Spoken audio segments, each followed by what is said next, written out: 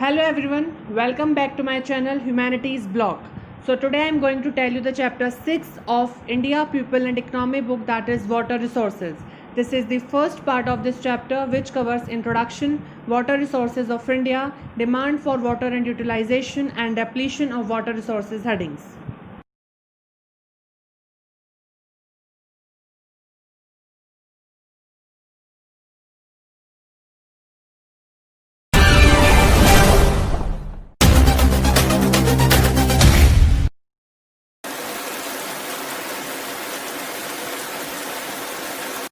इस चैप्टर में हमारी 4 मेन हेडिंग्स हैं जो इस चैप्टर के कंटेंट को कंप्राइज करती हैं। First is water resources in India, जिसमें वाटर रिसोर्सेज का डिस्क्रिप्शन दिया गया है दैट कहाँ से इंडिया में वाटर रिसोर्सेज अवेलेबल होती हैं, सोर्सेज ऑफ वाटर रिसोर्सेज क्या हैं। Second is demand for water and utilization, which means water का जो नीड है इंडिया में किस पर्पज़ के लिए, किस सेक्टर में होता है और किस सेक्टर में सबसे ज़्यादा वाटर का यूटिलाइजेशन इंडिया में होता है, डिमांड किस सेक्टर की ज़्यादा है। Third one is depletion of water resources. अब क्योंकि वाटर का बहुत ज़्यादा यूटिलाइजेशन किया जा रहा है तो वाटर रिसोर्सेज सेवरल रीजंस की वजह से डेप्लीट भी हो रही है, ये हमारी थर्ड हेडिंग होगी। And last fourth is management and conservation of water, which means कि हम वाटर को जो डेप्लीट हो रहा है, ऑलरेडी स्केर्स है, उसको किस तरीके से बचा कर रख सकते हैं और किस तरीके से एडिशनल वाटर अवेलेबिलिटी करने के लिए वाटर को कंजर्व कर सकते हैं। So the introduction of this chapter is water is a cyclic resource with abundant supplies on the earth. So water as we know एक हाइड्रोलॉजिकल साइकिल होता है जिसके through water again and again earth पर rewind होता रहता है। तो ये एक साइक्लिक रिसोर्स है जिसकी बहुत ज़्यादा अवेलेबिलिटी है अर्थ पर। अबाउट 71% अर्थ सरफेस हमारा वाटर से ही कवर्ड है, लेकिन जो हम फ्रेश वाटर पीते हैं, जो हमारे पीने का पानी होता है, वो सिर्फ 3% ही अवेलेबल है ग्लेशियर्स में, हमारे रिवर्स एंड पॉन्ड्स में, लेकिन अर्थ हमारी 71% वाटर से कवर्ड है। तो हम ये नहीं कह सकते कि अर्थ पर वाटर कम हो रहा है या अर्थ पे वाटर नहीं है। दैट इज़ फ्रेश वाटर कम हो रहा है, लेकिन वाटर अर्थ पे सबसे ज़्यादा है। The availability of fresh water varies over time in the space, and जो हमारा फ्रेश वाटर है वो उसकी क्वालिटी भी चेंज होती रहती है, डिटेरियोरेट हो जाती है या अच्छी हो जाती है। अच्छी तो खैर नहीं होती है, बहुत कम होती है, और उसकी क्वांटिटी भी हमारी इंक्रीज डिक्रीज होती रहती है। The tensions and disputes on sharing of water and are becoming violent between communities, regions and states. और वाटर के शेयर को लेकर भी कम्युनिटीज़ के बीच में, पीपल्स के बीच में और इवन स्टेट्स के बीच में भी बहुत ज़्यादा लड़ाई झगड़े हो जाते हैं, डिस्प्यूट्स हो जाते हैं। जैसे भी रिसेंटली दिल्ली हरियाणा स्टेट के बीच यमुना रिवर के वाटर को लेकर डिस्प्यूट था। सो सेवरल ऐसे वाटर डिस्प्यूट्स इंडिया में बिटवीन द स्टेट्स हुए हैं। एक वेल है फॉर एग्जांपल विलेज के अंदर, तो पूरे विलेज के लोग उसका पानी लेने के लिए आपस में लड़ते हैं। अर्बन एरियाज़ में जो हमारे गवर्नमेंट टैंक से वाटर आता है उसके लिए पूरी कॉलोनी लड़ती है, झगड़ती है। तो वाटर के शेयर के लिए भी बहुत ज़्यादा डिस्प्यूट होते हैं। Hence water management and conservation becomes important to ensure development. इसलिए हमें वाटर को मैनेज करने की ज़रूरत है, यानी कि उसको बचा कर रखने की ज़रूरत है, और कंजर्व करने की ज़रूरत है, यानी कि जो हम वाटर वेस्ट कर देते हैं उसको हमें वेस्ट नहीं करना है। और जहाँ जहाँ से भी हमें वाटर अवेलेबल होता है जैसे रेन वाटर से, तो उन सब को हमें कंजर्व करके रखने की ज़रूरत है। सो हमारी फर्स्ट हेडिंग इस चैप्टर में आती है, that is water resources of India, जिसमें इंडिया के अंदर कितना वाटर अवेलेबल है, कितने क्यूबिक मीटर्स में फ्रेश वाटर अवेलेबल है और वो किन सोर्सेज से अवेलेबल होता है, ये इसमें बताया गया है। So let's have a look. So India accounts for about 2.4% of world surface area and 4% of world's water resources and about 16% of world population. तो इंडिया का जो टोटल एरिया है, जोग्राफिकल एरिया वर्ल्ड में जितना इंडिया काउंट करती है वो सिर्फ 2.4% का है, जबकि जो वाटर रिसोर्सेज वर्ल्ड के टोटल वाटर रिसोर्सेज में इंडिया के पास 4% है, और वर्ल्ड की टोटल पॉपुलेशन में से 16% वर्ल्ड पॉपुलेशन हमारे इंडिया में रिसाइड करती है। India receives water from precipitation in a year of about 4,000 cubic kilometre. सबसे ज़्यादा जो इंडिया को वाटर अवेलेबल होता है वो प्रेसिपिटेशन यानी कि रेनफॉल से ही अवेलेबल होता है, जो कि 4,000 क्यूबिक किलोमीटर का ये इसकी यूनिट है जिसमें हम वाटर को मेज़र करते हैं। सो 4000 क्यूबिक मीटर में हमें मतलब इतने अमाउंट में प्रेसिपिटेशन रेनफॉल से वाटर इंडिया को मिलता है। India receives water from surface water and ground water resources of about 1869 cubic kilometres. तो इंडिया में जो वाटर के सोर्सेज हैं, जहाँ से इंडिया में वाटर अवेलेबल होता है, वो हमारे 3 सोर्सेज हैं। First is ground water resources, surface water resources, and third one is lagoons and back waters, जो कि बहुत स्मॉल क्वांटिटी में है लेकिन अवेलेबल हैं। तो surface water and ground water दोनों ही सोर्सेज से इंडिया को 1869 क्यूबिक किलोमीटर का वाटर अवेलेबल होता है, विच इज़ हाई। लेकिन सिर्फ इसका 60% ही हम लोग यूज़ कर पाते हैं, that is 1122 cubic kilometre water को ही इंडिया यूज़ कर पाती है because of the several reasons, like क्योंकि जहाँ पर वाटर अवेलेबल है वहीं पर हम वाटर को यूज़ कर पाते हैं। जैसे माउंटेन्स में फ्रेश वाटर बहुत ज़्यादा है और वहाँ पर हम ऐसी कंडीशंस नहीं है कि जाकर ज़्यादा अमाउंट में वाटर को यूज़ करेंगे। सो इसलिए सिर्फ 60% ही फ्रेश वाटर को इंडिया जितना टोटल अवेलेबल होता है उसमें से यूटिलाइज कर पाता है। तो सबसे फर्स्ट सोर्सेज जो हमारी आती है इंडिया के वाटर रिसोर्स की, वो है surface water resources. Surface water resources means जो हमारे लैंड पर अवेलेबल है। और जैसे आप इस इमेज में देख रहे हैं, जो रिवर्स होती हैं हमारी, पोन्ड्स, लेक्स, ये सब हमारे जितने भी हैं ये सरफेस वाटर के रिसोर्सेज हैं, जिसमें प्रेसिपिटेशन से वाटर एंटर करता है, उसके बाद ये हमें कंज्यूम करने के लिए अवेलेबल होते हैं। सो ओनली 4 मेजर सोर्सेज हैं हमारे सरफेस वाटर के, that is rivers, lakes, ponds and tanks.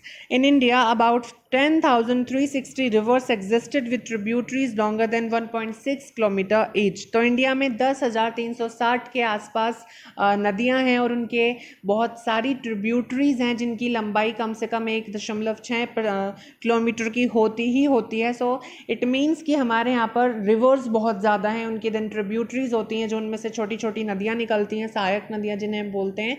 तो बहुत ज़्यादा अमाउंट में सरफेस वाटर इंडिया में अवेलेबल है।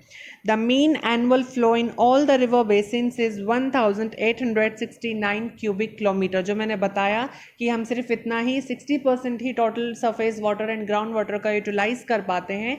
तो जो एक पूरे साल में जितना पानी नदियों में बहता है वो सिर्फ 1869 क्यूबिक किलोमीटर वाटर ही पूरे साल में in all the rivers and tributaries of India में फ्लो करता है।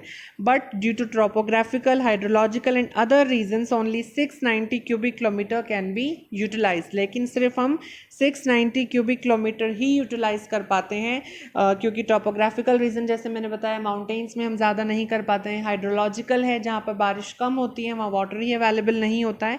सो बहुत सारे रीजन्स और भी होते हैं। The flow of water in a river depends upon 2 factors. First is size of its catchment area. Catchment area होता है नदी कितने साइज में के लैंड में फ्लो कर रही है। जैसे for example this is a river basin, तो ये जितना भी एरिया होता है that is called catchment area. तो इसका साइज कितना है, क्योंकि बहुत सी नदियाँ बहुत ज़्यादा कैचमेंट एरिया कवर करती हैं, कुछ बहुत छोटा करती हैं, तो उनके साइज पर डिपेंड करता है कि कितना वाटर उस रिवर में फ्लो होगा। And second is rainfall near the catchment area. अब उस रिवर में जब पानी आएगा तो उसके लिए उस उस रिवर के आसपास के इलाकों में कितनी बारिश होती है ये भी डिपेंड करता है इस पर भी, क्योंकि ज़्यादा बारिश होगी तो ज़्यादा वाटर रिवर में फ्लो होगा और कम बारिश होगी तो कम वाटर फ्लो होगा। तो रिवर्स में वाटर कितना फ्लो होगा, इसके 2 फैक्टर्स होते हैं। The Himalayan reverse alone account for about 2/3 water availability in India. लेकिन आपने ड्रेनेज सिस्टम पढ़ा है इंडिया में Himalayan reverse and peninsular reverse का। तो हिमालयन रिवर्स पेरेनल रिवर्स होती हैं जो पूरे 12 महीने पूरे साल में फ्लो करता है उसमें वाटर। तो 2/3 2/3 हिस्सा जो इंडिया में वाटर अवेलेबल है वो हिमालयन रिवर्स से ही है, क्योंकि वो पूरे साल उसमें पानी रहता है। लेकिन पेनिनसुलर रिवर्स में जो नदियां हैं वो सूख भी जाती हैं कभी अगर रेनफॉल नहीं होती है। So much of the water of south Indian reverse is put into use.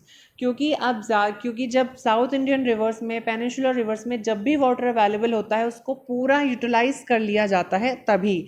सो इसलिए साउथ इंडियन रिवर्स का वाटर ज़्यादा यूटिलाइज होता है, जबकि हिमालयन रिवर्स का उतना नहीं हो पाता है। एक तो टोपोग्राफिकल रीज़न भी हो जाता है हिमालयाज़ का, और दूसरा है कि वहाँ जब पानी हमेशा अवेलेबल रहता है तो किसी को एकदम से उसको यूज़ करने की नीड नहीं होती है, इसलिए साउथ इंडियन रिवर्स का वाटर ज़्यादा यूटिलाइज होता है दैन दी हिमालयन रिवर्स। लेकिन वाटर अवेलेबिलिटी हिमालयन रिवर्स की ज़्यादा है दैन दी पेनिनसुलर रिवर्स।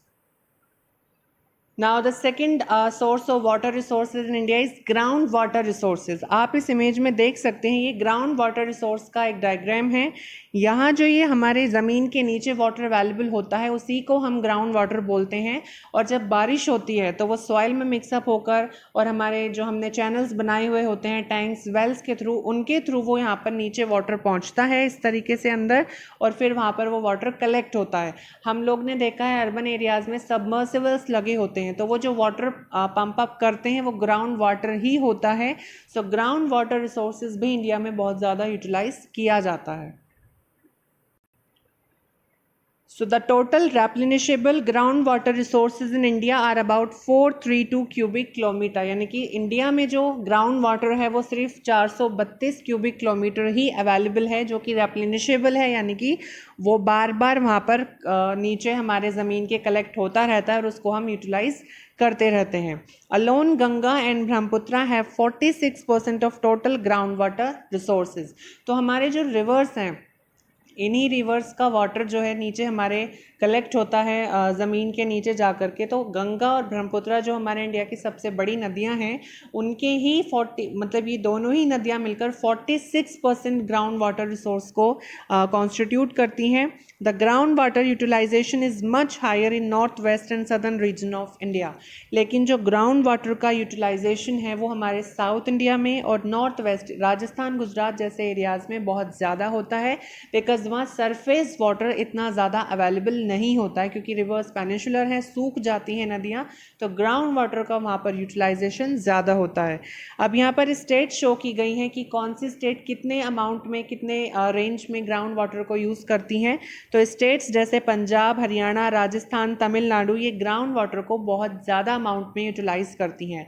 अब आप कहेंगे पंजाब में तो 5 नदियाँ बहती हैं, नॉर्दर्न इंडिया में पंजाब लाए करता है, तो वहाँ ग्राउंड वाटर क्यों यूटिलाइज़ किया जाता है? क्योंकि वहाँ एग्रीकल्चर बहुत ज़्यादा होता है, इसलिए ज़्यादा वाटर वहाँ पर रिवर्स का एग्रीकल्चर के लिए यूटिलाइज़ कर लिया जाता है, और डोमेस्टिक यूज़ के लिए वहाँ ग्राउंड वाटर का यूटिलाइजेशन होता है।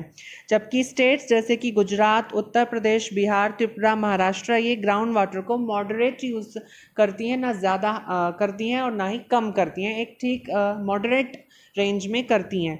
जबकि छत्तीसगढ़, ओडिशा, केरल जैसे जो स्टेट्स हैं वहाँ पर बहुत ही कम ग्राउंड वाटर का यूटिलाइजेशन होता है।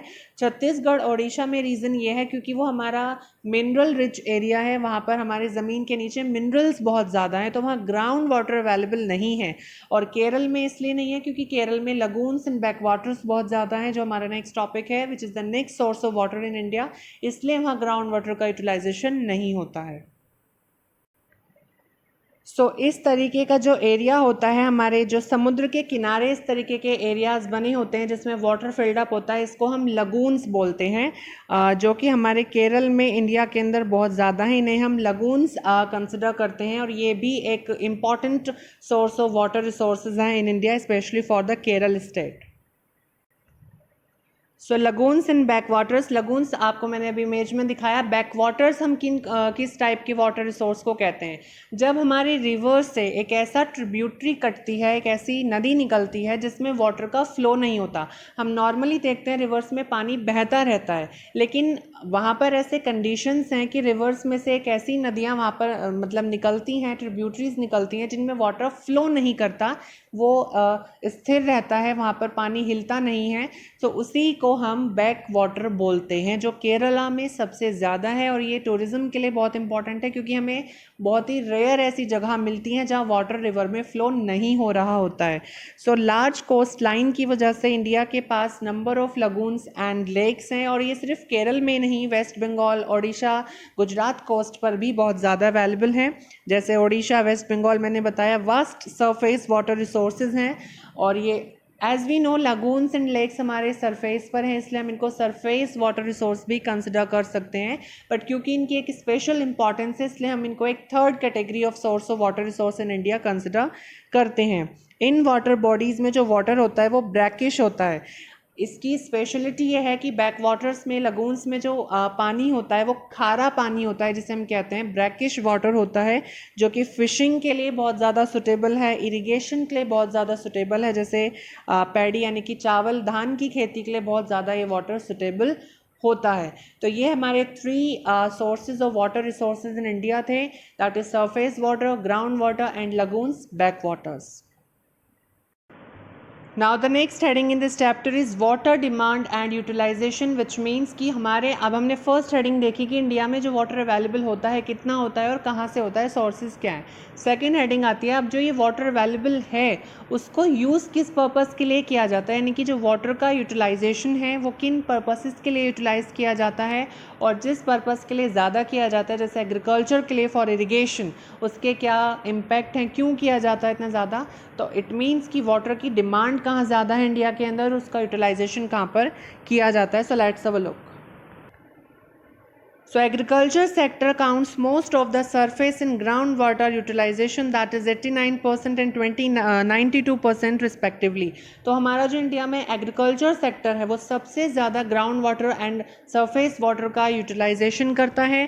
सरफेस वाटर 89% यूज़ करता है और ग्राउंड वाटर सबसे ज़्यादा which is 92% agriculture sector utilize करता है। इसके बाद जो हमारा इंडस्ट्रियल सेक्टर आता है, इंडस्ट्रीज़ में 2% surface water and 5% ground water को यूटिलाइज किया जाता है। And the third is domestic sector, which means जो घरों में हम लोग अपने इस्तेमाल करते हैं वो 9% सरफेस वाटर होता है और 3% ग्राउंड वाटर का यूटिलाइजेशन होता है। तो इससे हमें साफ पता चलता है कि एग्रीकल्चरल सेक्टर सबसे ज़्यादा वाटर यूटिलाइज करता है इंडिया में, और एग्रीकल्चर सेक्टर में भी जो वाटर की डिमांड है वो इरिगेशन के लिए, सिंचाई करने के लिए बहुत ज़्यादा है। सो आगे ये टॉपिक इसी को कंटिन्यू करता है, दैट इरिगेशन के लिए जो हमारे वाटर की नीड है वो क्यों है, रीजंस क्या है इरिगेशन करने के। उसके बाद इरिगेशन क्योंकि इतना ज़्यादा हो रहा है तो उसके कुछ नेगेटिव इम्पैक्ट्स भी हैं। सो आइए देखते हैं। So the development of irrigation to improve agricultural productivity have high priority in 5-year plans and multi-purpose river projects। जितने भी हमारे पंचवर्षीय योजना 2012 तक लॉन्च हुई थी, उसके बाद नीति आयोग बन चुका है, जितने भी मल्टीपर्पज़ रिवर प्रोजेक्ट्स यानी कि वाटर रिसोर्स को अवेलेबल करने के, डैम्स कंस्ट्रक्शन एंड ऑल, जितना भी ये सारे हमारे प्रोग्राम्स चलाए गए हैं उन सब में सबसे ज़्यादा हाई प्रायोरिटी इरिगेशन को दी गई है कि वाटर का जो यूटिलाइजेशन है वो सबसे ज़्यादा इरिगेशन के लिए होगा। Now the causes behind the need of irrigation. अब हमें इरिगेशन करने की इंडिया में ज़रूरत क्यों है। Last chapter land resources and agriculture में भी हमने बहुत सी बार पढ़ा है, इरिगेशन की वजह से हमारे एग्रीकल्चरल प्रोडक्टिविटी इंक्रीज हुई है और हम फूड ग्रेन के प्रोडक्शन में सेल्फ सफिशिएंट हुए हैं। तो यही कुछ रीजंस हो जाते हैं। तो first is special variation in rainfall, क्योंकि इंडिया में हर जगह एक जैसी बारिश नहीं होती है। नॉर्थ ईस्ट में सबसे ज़्यादा बारिश होती है तो नॉर्थ वेस्ट में और वेस्ट इंडिया में बारिश होती ही नहीं है, जैसे राजस्थान जैसे स्टेट्स में। तो इसलिए जो वेरिएशंस है रेनफॉल में ये रीज़न बन जाता है, जहाँ पर बारिश कम होती है वहाँ हमें इरिगेशन से एग्रीकल्चर करना पड़ता है। Second, large area of India are drought prone such as north west and Deccan plateau. अब इंडिया का ज़्यादातर जो हिस्सा है वो सूखे से ग्रस्त रहता है, यानी कि ड्रॉट आ जाते हैं जैसे साउथ इंडिया में और हमारा जो राजस्थान वाला एरिया है। तो इसलिए हमें वहाँ इरिगेशन सिस्टम डेवलप करने की ज़रूरत पड़ती है, क्योंकि बहुत ज़्यादा ज़मीन सूख जाती है और हमें ज़्यादा वाटर प्लांट्स को, क्रॉप्स को देने की नीड होती है। Third, during dry seasons like winter and summer irrigation is needed. अब जब विंटर और समर सीजन्स रहते हैं, जब मॉनसून नहीं होता है तो तब भी हमें इरिगेशन के लिए वाटर की नीड होती है, या वी कैन से इरिगेशन की नीड होती है। Water requirement of water intensive crops such as sugar cane paddy is very high. अब जो हमारे वाटर इंटेंसिव क्रॉप्स हैं जिनमें पानी ज़्यादा देने की ज़रूरत होती है, जैसे शुगर केन, पैडी यानी कि चावल की खेती, तो इन सब के लिए भी हमें इरिगेशन की नीड होती है। So these are the reasons और यू कैन से कॉजेज कि हमें इरिगेशन की ज़रूरत क्यों है। One more reason is due to breaks in monsoon or its failure causes the need of irrigation even in the areas of ample rainfall. अब ये सारे reasons जो अभी हमने पढ़े वो तो उन एरियाज़ के लिए हो गए जहाँ वाटर कम है, रेनफॉल कम होती है. लेकिन अगर मानसून हमारा सही तरीके से नहीं आता या लेट आ जाए, ब्रेक इन मानसून हो जाए, तो जहाँ जिन एरियाज़ में बहुत ज़्यादा बारिश होती है वहाँ भी नहीं हो पाएगी, तो हमें उन एरियाज़ में भी इरीगेशन की नीड होगी. सो दैट्स वाई हमें इन सब रीजंस की वजह से इरीगेशन की नीड होती है और इसीलिए इरीगेशन के लिए एग्रीकल्चरल सेक्टर सबसे ज़्यादा वाटर का इंडिया में यूटिलाइजेशन करता है. Next is contribution of irrigation. अब जो हम ये इरीगेशन इतना करते हैं उसका कंट्रीब्यूशन क्या है हमारे लिए. सो इरीगेशन से मल्टीपल क्रॉपिंग हो सकती है, यानी कि एक टाइम पर कई सारे क्रॉप्स को हम डिफरेंट क्रॉप्स को ग्रो कर सकते हैं. Irrigation succeeded the green revolution in Punjab, Haryana in western Uttar Pradesh. जैसे कि हमने देखा था ग्रीन रेवोल्यूशन इरीगेशन की ही वजह से सक्सेसफुल हो पाया है, जिसमें HYV सीड्स जो कि रेगुलर सप्लाई ऑफ मॉइस्चर की डिमांड करती हैं वो इरीगेशन से ही हो पाया. Irrigated lands gives higher productivity than unirrigated lands. और जिस एग्रीकल्चर लैंड पर हम इरीगेशन करते हैं वो ज़्यादा प्रोडक्शन देता है उस लैंड के कंपैरिजन में जहाँ इरीगेशन नहीं होती है, सिर्फ मॉनसून से, रेनफॉल से हम अपने एग्रीकल्चर करते हैं. तो ये कंट्रीब्यूशन है इरिगेशन का. इरिगेशन की वजह से फूड ग्रेन का प्रोडक्शन बहुत ज़्यादा होता है इंडिया में और हम फूड ग्रेन्स के प्रोडक्शन में सेल्फ सफिशिएंट है. नाउ इरिगेशन से हमें कुछ फ़ायदे हैं तो उसके कुछ नुकसान भी हैं. जैसे 85% के आसपास जो हमारा नेट सोन एरिया, यानी कि जितना एरिया अंडर कल्टीवेशन पंजाब के अंदर 85% और हरियाणा, वेस्ट यूपी के अंदर 85% जो लैंड है वो इरिगेशन से ही किया जाता है वहाँ पर एग्रीकल्चर, जिस वजह से वाटर रिसोर्सेज की बहुत ज़्यादा डेप्लीशन हो रहा है. और अभी हमने देखा था कि पंजाब में क्यों ग्राउंड वाटर यूटिलाइज़ किया जाता है, क्योंकि वहाँ सबसे ज़्यादा सरफेस वाटर को इरिगेशन के लिए यूटिलाइज कर लिया जाता है. About 76% in Punjab and 56% in Haryana irrigation हमारे वेल्स और ट्यूबवेल्स से होता है, यानी कि जो हमारे कुएं होते हैं और जो ट्यूबवेल्स लगा लिए जाते हैं अब इलेक्ट्रिक मोटर से जो चलते हैं उनसे सबसे ज़्यादा इरिगेशन पंजाब हरियाणा में होती है, जिस वजह से ग्राउंड वाटर रिसोर्सेज भी वहाँ पर डेप्लीट होनी शुरू हो गई है. Rajasthan, Maharashtra increase fluoride content in ground water. और महाराष्ट्र, राजस्थान जैसे जो स्टेट्स हैं वो फ्लोराइड कंटेंट, ये एक तरह का केमिकल है जो ग्राउंड वाटर में इंक्रीज़ हो रहा है, क्योंकि वो भी बहुत ज़्यादा ग्राउंड वाटर का यूटिलाइजेशन करते हैं. वहाँ ड्रॉट आ जाती है जिस वजह से ग्राउंड वाटर भी हमारा डेप्लीट हो रहा है. तो ये इरिगेशन के कॉन्सिक्वेंसेस हैं या उसके नेगेटिव इम्पैक्ट्स हम एक तरीके से कह सकते हैं. नाउ द नेक्स्ट हेडिंग अब हमारे इस चैप्टर में आती है the depletion of water resources. अभी हमने देखा जो हमारा वाटर रिसोर्सेज है वो बहुत ज़्यादा यूटिलाइज़ किया जाता है एग्रीकल्चर के लिए भी, इंडस्ट्रियल एंड डोमेस्टिक सेक्टर के लिए भी, चाहे वो सरफेस वाटर हो या ग्राउंड वाटर हो. तो वाटर रिसोर्सेज का डेप्लीशन या और वी कैन से डिटेरियोरेशन हो रहा है. वाटर रिसोर्स बहुत ज़्यादा पॉल्यूट हो रही है. So due to rapidly growing population per capita availability of water is getting decrease.